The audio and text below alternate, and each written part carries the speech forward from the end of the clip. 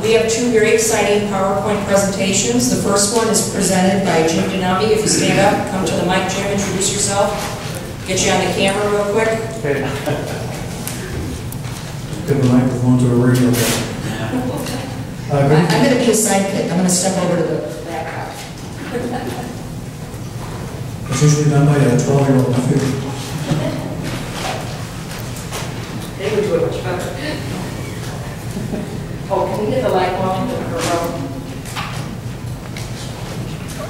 When we moved in here in mid-December of 2001, on a tall driveway, we had a great view of Cranberry Lake. And then spring came, and the green curtain just developed there. You really couldn't see the lake. There really was nothing that you could even appreciate the fact that there was even a lake there because of the high incidence of buckthorn and other invasives that really began to surround Cranberry Lake, I would estimate about 50 years ago, and just has kind of taken over and just ran its course. And as a result, we were developing a monoculture of nothing but buckthorn and other invasives like burdock, poison ivy, mulberry, etc., etc. So this was kind of fun. I'm a retired advertising guy, so doing my little AV presentation. So most of these pictures are photographs are taken between 2004 and 2006, prior to the abatement effort. And in 2006, the residents approached the village of Hainesville and answered link about the property encroachment, and answered link responded with a letter regarding the surveying of property and the village's intent to restore Cranberry Lake. So in June 2007, the Cranberry Lake SSA-1 Special Committee developed a 5-year action plan for abatement, restoration, and management of Cranberry Lake, later expanded to include all of Hainesville.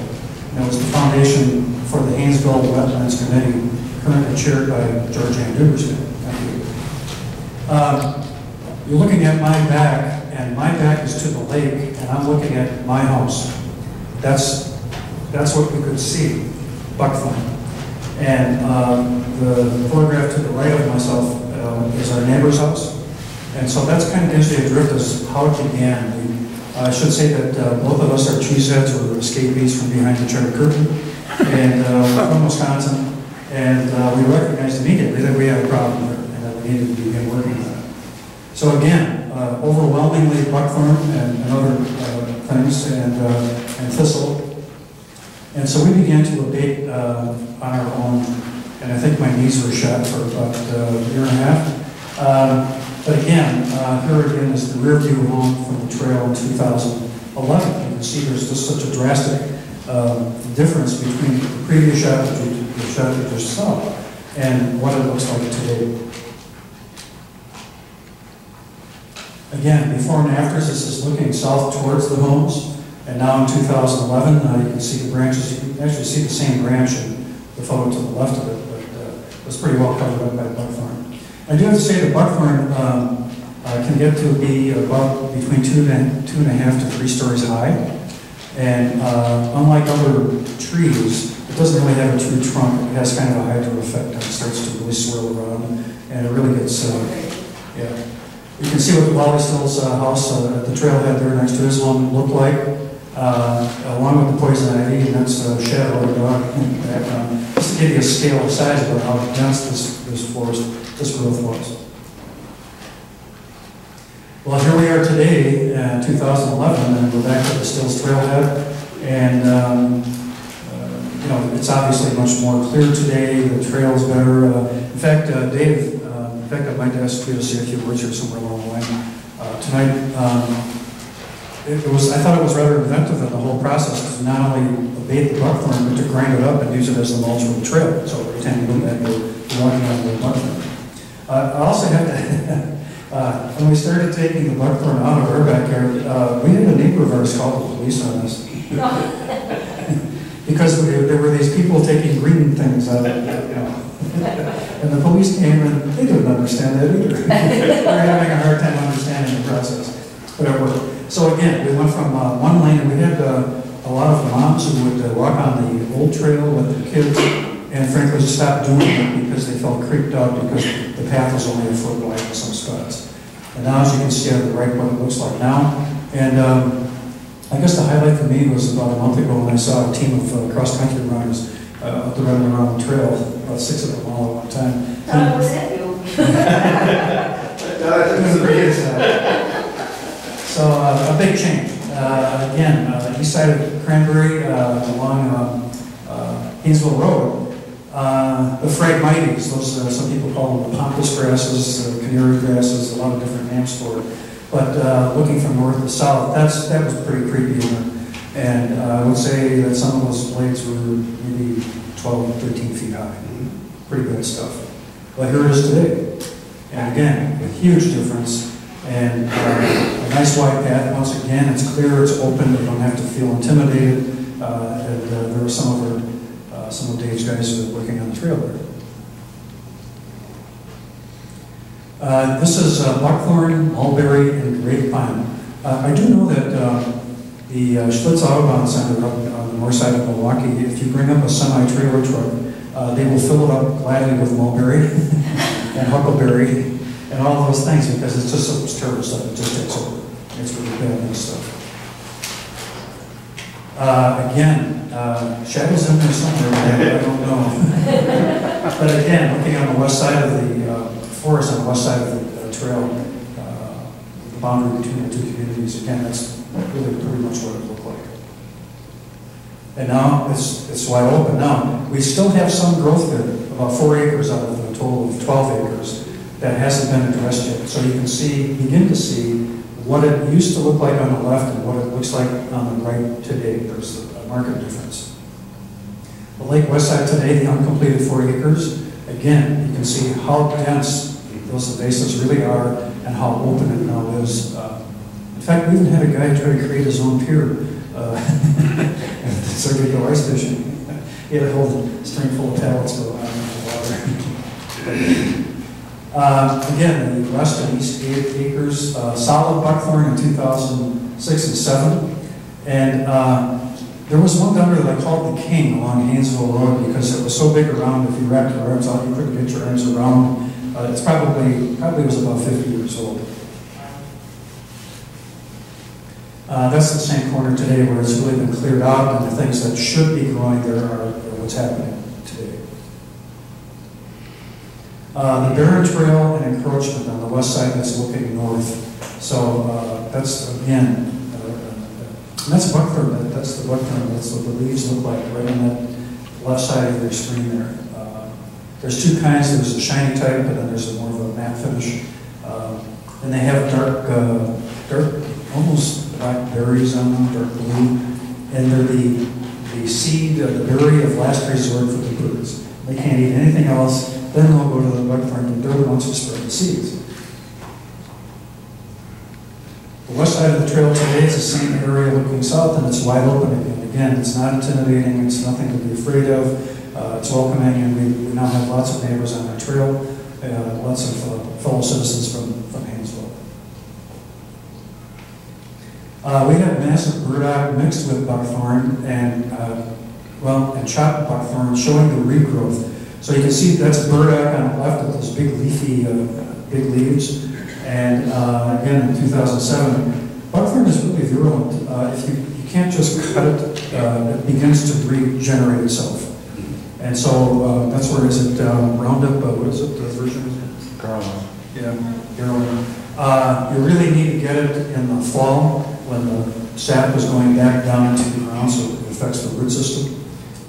So that's sort of one of the elements of our action plan. The north-west Cranberry Trail, looking at the hill, going up the hill, and then the North Cranberry Trail, the North Condominium area. There's a strong thistle family that's firmly rooted, still abundantly intrusive, and are persistent north and east. And there's a lot of it. I noticed a lot of it's been cut down along Hainesville Road.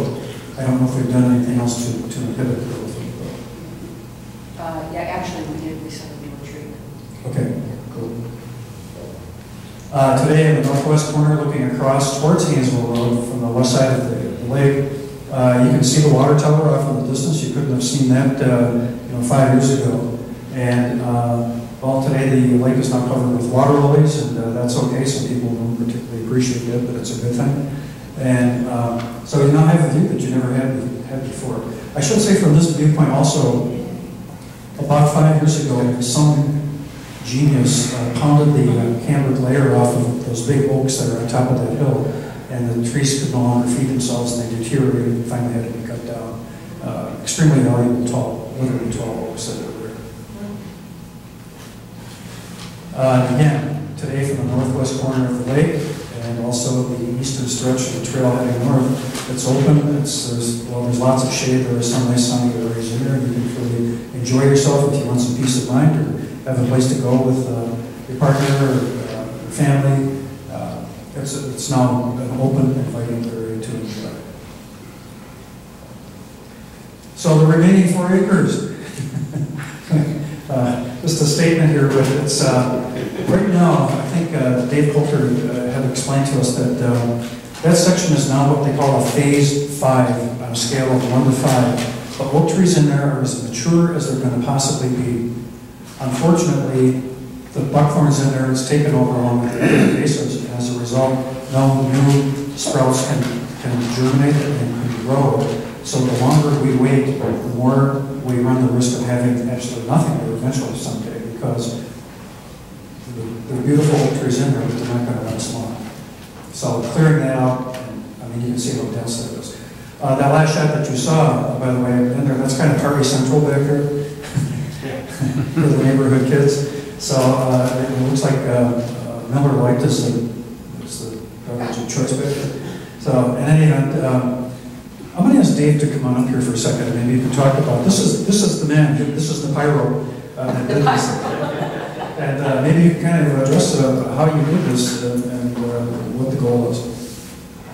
Well, there were a number of goals, and addressing. Why don't you say your full name and tell them a little bit about who you are, Dave? Yeah, I'm Dave Coulter, and me and Larry McCotter own Native Restoration Services, and we have been working with the village for the last 3 or 4 years, and it started as a job that probably was initiated by George Ann Duberstein, initially under Ted and Gary, and we had a lot of help along the way, and we got the job. It was a bid job. We were the low bidder on this job, and we've been working with you guys ever since, and we keep doing things along, not only within the structure of restoring Cranberry Lake, which was a big deal, but there are some other things in the village which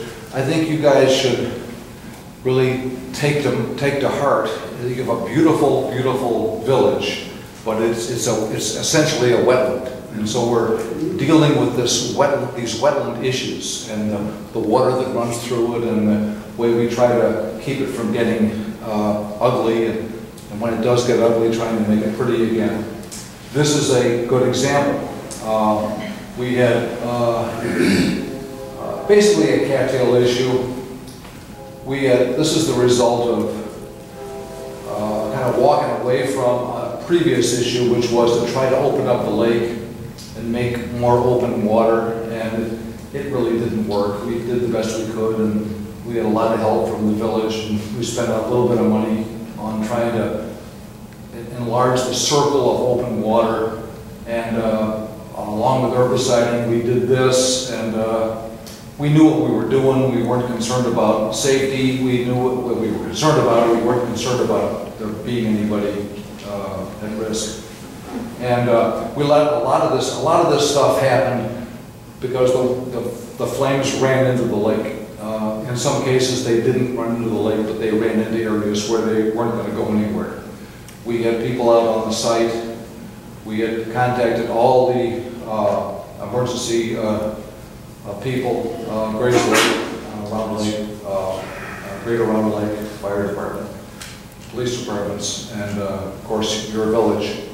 And there was never a risk there. It looked scary at times.